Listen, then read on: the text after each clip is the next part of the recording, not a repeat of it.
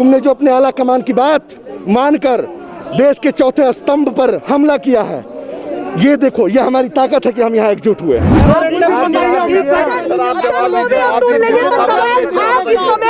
जब से ये बीजेपी गवर्नमेंट आई है तब से जो है जो पत्रकार है, जो जनता की आवाज को बाहर लेके आते हैं, उन पे जो है इस तरह के हमले बढ़ रहे हैं। पुलिस वालों ने मिलकर के एक पत्रकार को जैसे अपराधी की तरह दबोचा, क्या वहाँ डिस्टेंसिंग एक नहीं था? आज हमारे घर में आग लगी है, ये आग कल को उनके घर तक भी आएगी। बहुत हो गया जेड सिक्योरिटी की सुरक्षा उन दलालों को देने की, अब हमारी बारी है। हम अपने अधिकार के लिए अब हम खड़े होंगे। जो सरकार की दलाली करेगा, जो सरकार की बातों को कहेगा, सरकार के एजेंडा को आगे लेके जाएगा, वो सेफ है। इस वक्त मैं दिल्ली पुलिस हेडक्वार्टर के बाहर मौजूद हूं और यहां पर देख सकते हैं आप किस तरीके से लोग जमा हुए हैं और नारेबाजी लगा रहे हैं। ये आक्रोश जो लोगों का है, ये जो पत्रकार की गिरफ्तारी हुई है सिंघू बॉर्डर पर मनदीप पुनिया की, उसके लिए ये लोग यहाँ पर नारेबाजी कर रहे हैं। उसके लिए ये लोग यहाँ पर प्रदर्शन कर रहे हैं। जिस तरीके से पत्रकारों पर अब हमला किया जा रहा है, पत्रकारों को निशाना बनाया जा रहा है ताकि वो अपनी बात ना रख सके, उसके लिए ये लोग विरोध प्रदर्शन कर रहे हैं। लगातार दिल्ली पुलिस के खिलाफ नारे लगा रहे हैं। पुलिस प्रशासन यहाँ पर मौजूद है, लगातार उनसे बातचीत हो रही है। जो लोग हैं वो काफी गुस्से में हैं, प्रशासन के खिलाफ काफी एक आक्रोश जो लोगों में है वो भर गया है, क्योंकि जिस तरीके से पत्रकारों की गिरफ्तारियां की जा रही हैं लगातार। हमने जब यूपी में जिस तरीके से दलित महिला के साथ जिस तरीके से घटना हुई, उसके बाद भी कई पत्रकारों को गिरफ्तार किया गया, और अब सिंघू बॉर्डर पर किसान आंदोलन के चलते कई पत्रकारों को निशाना बना रही है केंद्र सरकार और लगातार उन पर शिकंजा कसने की कोशिश कर रही है। अगर पत्रकार जेल में जाएंगे तो खबर कौन दिखाएगा? सरकार की यही मंशा है। ये लोग लगातार नारेबाजी कर रहे हैं, दिल्ली पुलिस के खिलाफ नारे लगा रहे हैं। ये लोग भी कुछ यहाँ पे देखिए प्ले कार्ड्स लेकर ये लोग बैठे हुए यहाँ पर और लगातार जो है वो नारे लगा रहे हैं लोगों के खिलाफ। इनसे बात भी करेंगे। सर, क्या कहना चाहेंगे? पत्रकारों को भी अब निशाना बना रही है केंद्र सरकार। देखिए, पत्रकारिता इस देश में अपराध नहीं है। अगर पत्रकारिता पर हमला है तो ये मानिए कि इस देश में इमरजेंसी लगी हुई है, जो कि पत्रकारों को भी अपनी बात, जिस तरीके से कल पुलिस वालों ने 10 पुलिस वालों ने मनदीप पुनिया को घसीटते हुए ले गए, ये दिखाता है कि सरकार पत्रकारिता से कितना घबराती है और कितना डरती है। वो पत्रकारिता पे हमला लगातार इसी तरह करती जा रही है ताकि लोगों की आवाज जनता तक न पहुंच पाए। लेकिन सरकार को कोई फर्क नहीं पड़ रहा है। सरकार लगातार ऐसी कार्रवाई कर रही है किसानों के ऊपर, पत्रकारों के ऊपर। ये सरकार तनाशाह है। अमित शाह तनाशाह हो चुके हैं। वो भूल चुके हैं कि जिस देश लोकतांत्रिक देश है, इसमें पत्रकारिता को लोकतंत्र का चौथा खंभा कहा जाता है। और अमित शाह अगर ये भूल चुके हैं तो ये उनकी भी भूल है। जिस पत्रकारिता ने उनको यहाँ तक पहुँचाया है, वो पत्रकारिता उनको डुबो भी सकती है। लेकिन सरकार जो है सोशल मीडिया पर शिकंजा कसने की कोशिश कर रही है, लगातार हम देख रहे हैं। अगर सोशल मीडिया को भी कब्जे में कर लेगी तो आप लोगों की आवाज कैसे पहुँचाएंगे? आवाज देखिए, सोशल मीडिया एक सहारा होता है, लेकिन हर लड़ाई सड़क पे लड़ी जाती है। जिस तरीके से किसान अपनी लड़ाई सड़क पे लड़ रहे हैं और हम आज अपने साथी पत्रकार मनदीप पुनिया की रिहाई की मांग करने के लिए सड़क पे हैं, तो कोई भी लड़ाई सड़क पे लड़ी जाती है। सोशल मीडिया के भरोसे और मीडिया के भरोसे कोई लड़ाई खड़ी की जा सकती है, उसको लोगों तक पहुंचाया जा सकता, लड़ी नहीं जा सकती है। प्रशासन से क्या बातचीत हो रही है आगे की आप लोग? हम लोग पत्रकार, हम लोग सीधे प्रशासन से मांग कर रहे हैं कि जितने भी मनदीप पुनिया पे फर्जी मुकदमे लादे गए हैं उनको पर वापस लिया जाए और मनदीप पुनिया को तत्काल रिहा किया जाए। तो ये कुछ लोग थे मेरे साथ जुड़े हुए जिनसे बातचीत की हमने। लोगों के अंदर बहुत एक गुस्सा है, क्योंकि पत्रकारों पर जिस तरीके से शिकंजा कसा जा रहा है वो लोकतंत्र के लिए बहुत ही शर्मनाक है।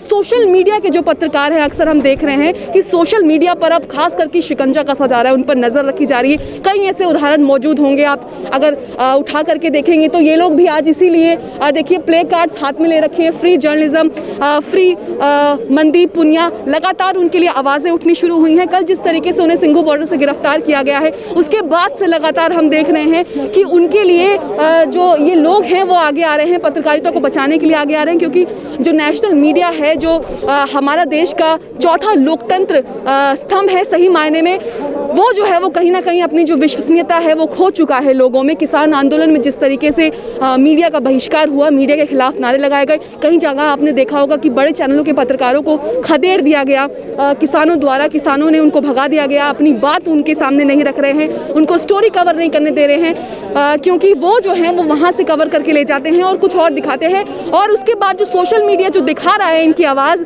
इनके विरोध प्रदर्शनों को जो सरकार तक पहुँचा रहा है, उनके कानों में जो डाल रहा है, अब उन पर शिकंजा कसने की तैयारी है। उसी के विरोध में ये सब यहाँ पर आज बैठे हैं और लोगों से बात करने की कोशिश करेंगे। प्रशासन से भी लगातार बातचीत हो रही थी, लगातार बहस यहाँ पर देखने को मिल रही थी, लगातार ये लोग प्रशासन से भी बात कर रहे थे। सोशल डिस्टेंसिंग का हवाला दिया जा रहा था। लोग ये भी कह रहे थे कि जब अमित शाह की रैली होती है तब सोशल डिस्टेंसिंग का हवाला कहाँ जाता है, तब सोशल डिस्टेंसिंग का जिक्र आप लोग क्यों नहीं करते हैं। और भी लोग मेरे साथ मौजूद हैं बात करने के लिए, उनसे बात करेंगे। मनदीप पूनिया जी जो एक रिपोर्टर हैं और जो अच्छी तरह से मतलब जिसको कहते हैं स्वतंत्र पत्रकारिता, जिसको अंजाम दे रहे थे, जो मंसूबे हैं सरकार के, जिस तरह से सच्चाई को धकेला जा रहा है झूठ की तरफ। जैसे उन्होंने एक चीज़, उनकी वीडियो अगर जनता देख पाई है तो उन्होंने देखा होगा कि कहीं ना कहीं जो अखबार में भी इमेज छपती है उसको भी एडिट करके पुलिस वालों को हटा के, जहाँ पर वो गुंडे हमला कर रहे हैं किसानों पर, उसको हटा के दूसरे तरीके से दिखाया गया है। तो जहाँ स्वतंत्र पत्रकारिता पर इस तरह हमले होंगे, वहां पर जोर जुल्म की टक्कर में संघर्ष हमारा नारा की जनता आएगी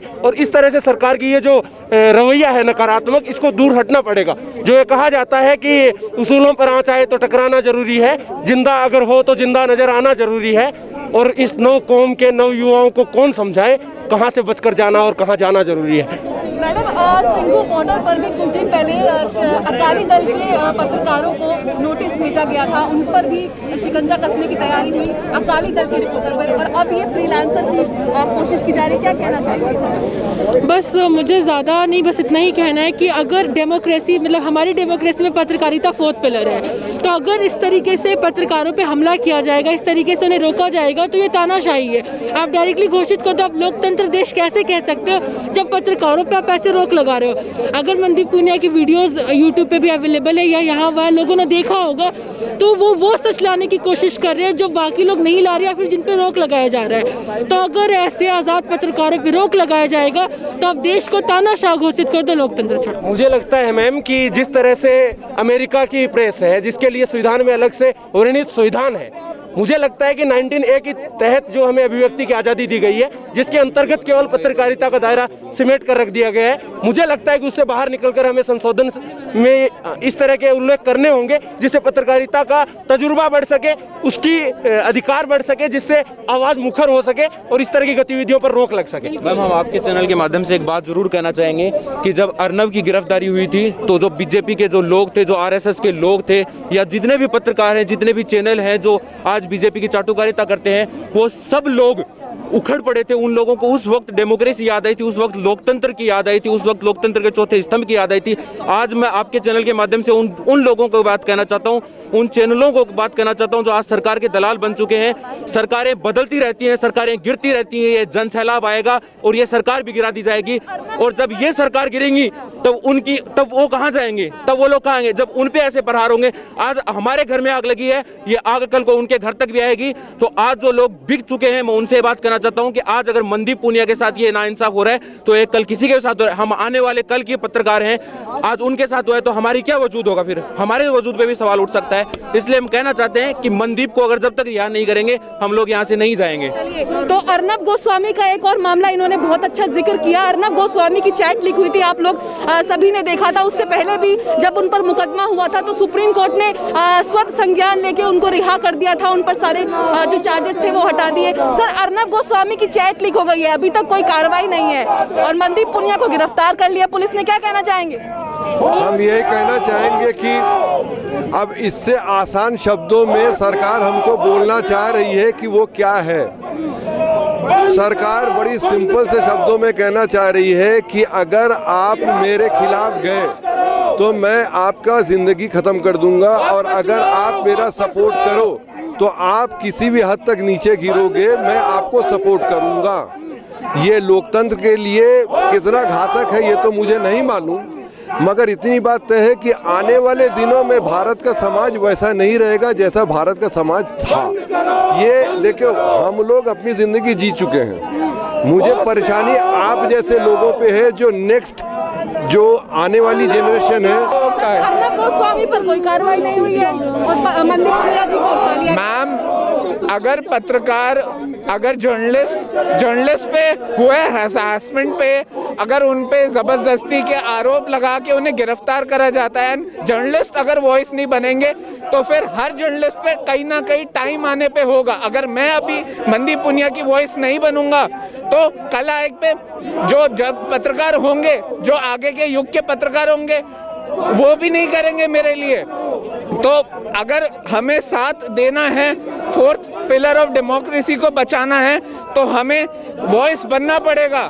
journalist is known to be the voice of the people, and एक जर्नलिस्ट जो वॉइस ऑफ द पीपल बन रहा है, जो फैक्ट्स दिखा रहा है, जो करेक्ट रिपोर्टिंग कर रहा है, उसको आप बेबुनियादी आरोप लगा के गिरफ्तार करते हो। That is not right and we have to raise voice against it. बिल्कुल सही कहा इन्होंने। जो पत्रकार है वो लोगों की आवाज उठाने का काम करता है। और भी लोग मेरे साथ मौजूद हैं, उनसे बात करेंगे। ये तो सीधे सीधे जो है लोकतंत्र पे हमला है कि जो लोग जनता की आवाज़ बाहर लाना चाहते हैं और जनता की आवाज़ को सामने रखना चाहते हैं, उनके साथ इस तरह की बदसलूकी की जा रही है और वो सब जगह पे हो रही है। आप हाथरस में देख सकते हैं, तमाम जगह। जब से ये बीजेपी गवर्नमेंट आई है तब से जो है जो पत्रकार है, जो जनता की आवाज़ को बाहर लेके आते हैं, उन पर जो है इस तरह के हमले बढ़ रहे हैं। और जब से किसान आंदोलन चल रहा है, आप देख सकते हैं पंजाब में कितने सारे लोगों पे केस दर्ज किए गए।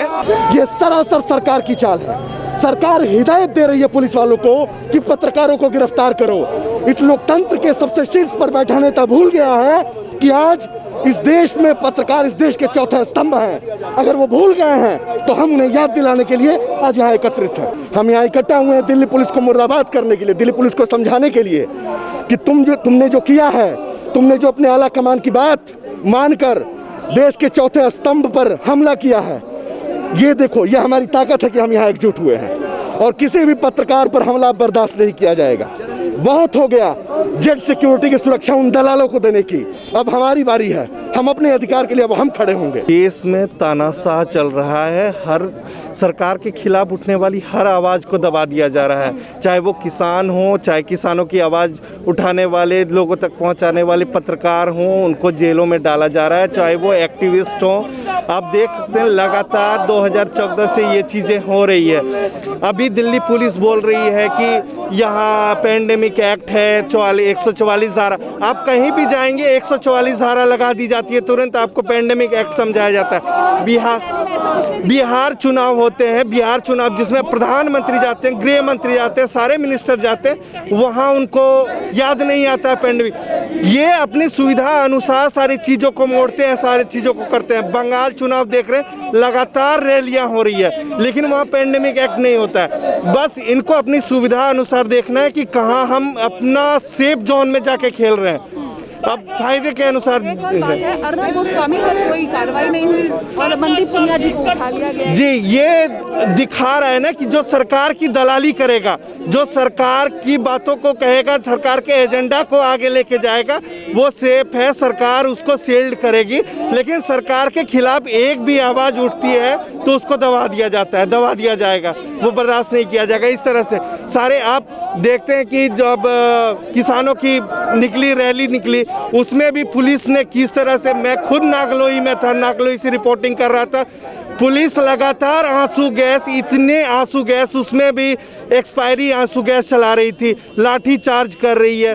तो ये तो लोकतंत्र बचा नहीं ना। अब हम लोकतंत्र की बात करते हैं, लोकतंत्र में एक पत्रकार, लोकतंत्र को बचाने वाला पत्रकार है। अगर पत्रकार को स्वतंत्रता नहीं मिलती है तो लोकतंत्र भी स्वतंत्र नहीं रहेगा, ना लोकतंत्र रहेगा। लेकिन जिस तरह से नेशनल मीडिया पर आरोप लगते आए हैं कि ये मोदी मीडिया है, गोदी मीडिया है, उसके बाद सोशल मीडिया एक बहुत अच्छा प्लेटफॉर्म उभरा और उन्होंने लोगों की आवाज़ बताई, अब उस पर शिकंजा जी, अब ये, हाँ, ये तो है ही। मतलब जो मेन स्ट्रीम, जो गोदी मीडिया जिसको आजकल बोला जा रहा है, वो है, वो आप शाम में आप बैठ के रात में प्राइम टाइम में सुन लीजिए वो क्या कर रहे होते हैं। वो सरकार के एजेंडों को, वो आप उनको सुनने के बाद ही लगेगा कि वो जो है प्रवक्ता है बीजेपी के, वो एज ए पत्रकार तो काम नहीं कर रहे हैं, वो मतलब बीजेपी के प्रवक्ता के तौर पे बोल रहे हैं। ये कुछ पत्रकार मेरे साथ जुड़े हुए थे। लगातार जो सरकार के खिलाफ जो है आवाज़ें लगातार उठनी शुरू हो रही हैं। अब कहीं ना कहीं सरकार को झुकना ही पड़ेगा, क्योंकि जिस तरीके से किसान आंदोलन चला, किसान आंदोलन में नेशनल मीडिया, जिसे गोदी मीडिया अक्सर आपने सुना होगा, नेशनल मीडिया अपनी विश्वसनीयता बहुत ही अच्छे तरीके से खो चुका है। उसके बाद लोगों पर जो भरोसा है, लोगों का जो भरोसा है नेशनल मीडिया पर, वो बिल्कुल नहीं रहा है। उसके बाद जो सोशल मीडिया प्लेटफॉर्म बनकर उभरा है, एक लोगों की आवाज़ जो सामने ला रहा है, हम जैसे पत्रकार जो सोशल मीडिया के ज़रिए आम लोगों की और दबे कुचले लोगों की आवाज़ सामने ला रहे हैं, तो हम पर भी हमला किया जा रहा है। ये एक बहुत शर्मनाक चीज़ है भारत के लिए। भारत जैसे देश में, भारत जैसा लोकतंत्र देश जहाँ पर बोलने की आज़ादी है, जीने की आज़ादी है, खाने की आज़ादी है, लेकिन अब ये आज़ादियाँ सब खत्म हो रही है मोदी सरकार के राज में। क्या यही मोदी सरकार का न्यू इंडिया है? क्या यही योगी का राम राज्य है? ये सोचना होगा आपको भी और मुझको भी, क्योंकि जिस तरीके से पत्रकारों की गिरफ्तारी हो रही है, लोग सामने आने से और आगे आने से डरने लगेंगे। न्यूज़ मैक्स के लिए कैमरामैन फयाज हुसैन के साथ मुनमुन। की रैली गैर कानूनी थी, क्या आप जितेंद्र कुमार की कहा आपने ऑर्गेनाइजर है?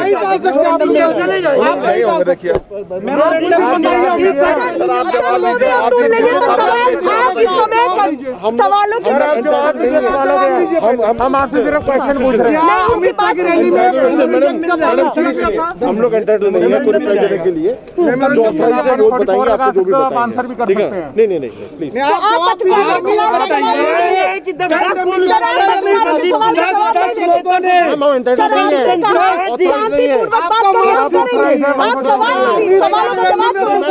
हम ऑथराइज नहीं है मैम, ऑथराइज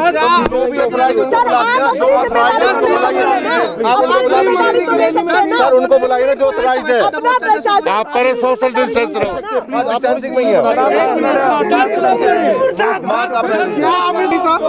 अरे सर आप क्या चुनाव में पेंडेमिक एक्ट नहीं था?